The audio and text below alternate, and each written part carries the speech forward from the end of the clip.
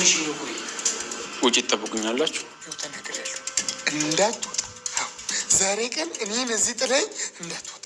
ልቀቀኝ እንጂ ምን እየሆንክ ነው? አለቅም። ይኸውልህ አለቅም። ጥለኝ እዚህ የትም መሄድ የለብህም እንዳይመድ። እሺ አልሄድም አልኩ እኮ አሽቴ። አሹ ለምንድን ነው የፈራኸው? ምግብ ስላልበላ መድኃኒቱን ለመውሰድ መጀመሪያ ግልኮስ መውሰድ አለብህ። እኔ የምልህ ግልኮስ ምንድን ነው ዳይመንድ? ታውቋለህ? እኔ ምን አባት ያውቃሉ? ብስኩት መሰለኝ። ብስኩት ምን አባ ያስገለፍጣል? በአንተ ቤት በቃ አውቀህ ሞታል። ዶክተር አትፍረድባቸው።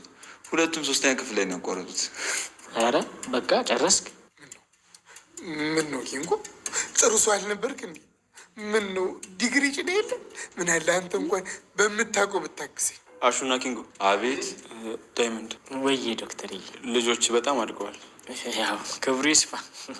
ያው በስተርጅና አተታሙ ነው ያው በየሆስፒታሉ ያንከራቱትኛል እንጂ እኔ ለጥቆር እንጂ እኔ ለክሳ እንጂ እነሱም አደጉ።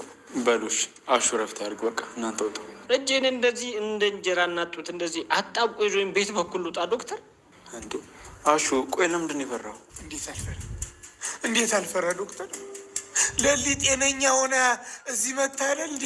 አቅሏን ስታ አይምሯን ስታ የተመለሰችው። ለሊ እኮ የደረሰባት ነገር ከቤዛ ጋር የተያያዘ ነገር ነው። ምን? እንዴት? ዳይመንድ አንተ ስትለኝ መስማት ነበረብኝ። ቤዛ መድኃኒቶቹን ቀያይራ ነው ለሊ እንደዚህ ሆነችው። ምን? አዎ ዳይመንድ፣ እኔም በሳቱ አልጠረጠርኩም ነው። ምን መጠራጠር አስፈለገ? እኔ እኮ እውነታውን እየነገርኩ ነበር። አዎ መስማት ነበረብኝ።